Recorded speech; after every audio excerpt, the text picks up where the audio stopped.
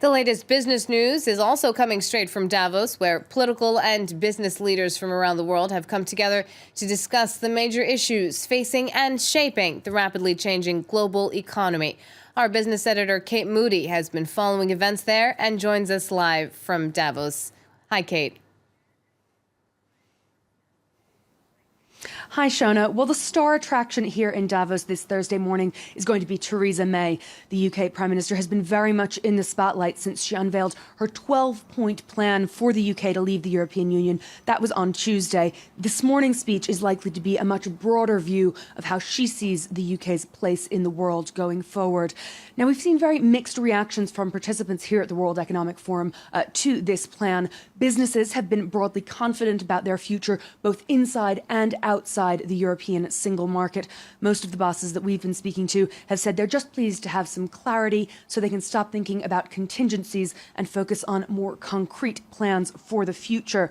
On the political side, though, there's been much more skepticism, although the economic data, of course, since the referendum in June has been broadly more positive than expected. Christine Lagarde of the IMF has been among the voices warning that the UK is going to be facing a lot of economic and financial pain in the months ahead.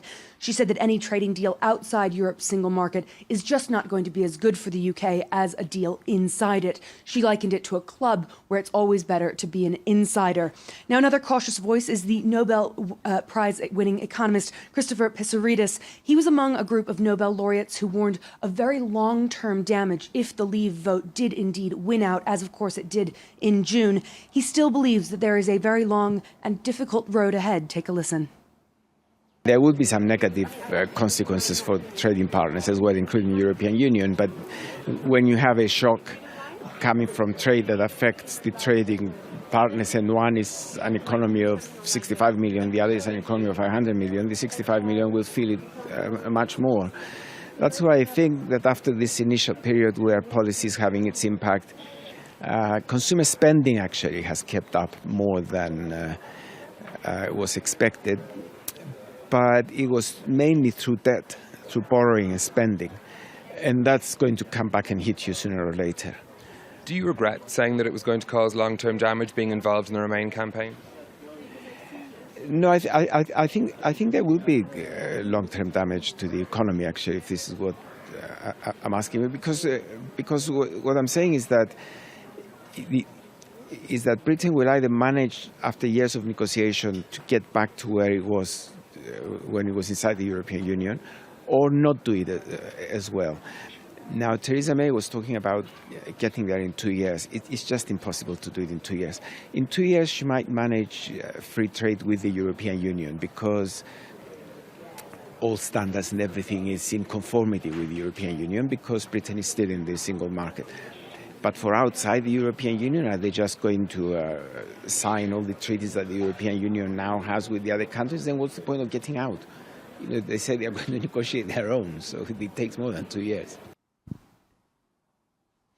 That was our business editor, Stephen Carroll, doing that interview here in Davos. Now, one of the other figures that's been looming over discussions here, of course, is Donald Trump, his inauguration set for Friday morning. He's been the indirect focus of a number of very high-profile speeches here, including the Chinese President Xi Jinping, the outgoing U.S. Vice President Joe Biden, all of them really targeting and criticizing the isolationism and protectionism that Trump has vowed to usher in.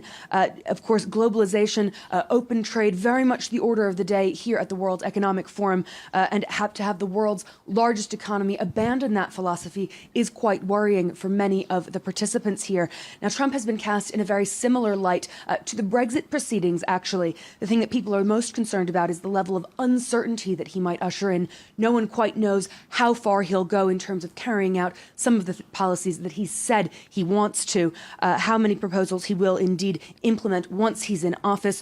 Once again, here's Christopher Pissarides. With the impact of Donald Trump on the economy, at least in the near term, is very similar to the Brexit one. He's promising more expansionary fiscal policy. He's promising more deregulation. He's talking about reining in trade agreements, but that takes time.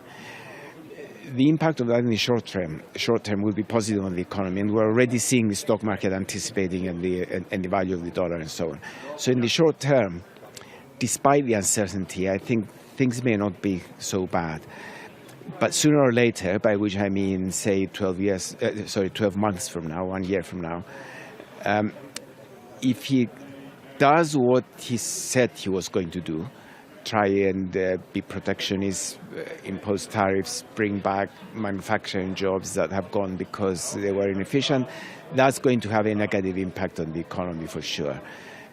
I'm not optimistic about the long-term prospects of the American economy if he does what he said he would do. We're just going to wrap up with a check-in on the markets. Now, a mixed picture over in Asia. We're seeing the Toshiba shares tumble about 16% this morning as that group said it might be selling its semiconductor business. European markets will be opening in just under an hour's time, and they'll be keeping a close eye on the European Central Bank as it meets for its January session. I'll have that and more from Davos later on in the program. Thanks so much, Kate. Kate Moody joining us live there from Davos, the World Economic Forum.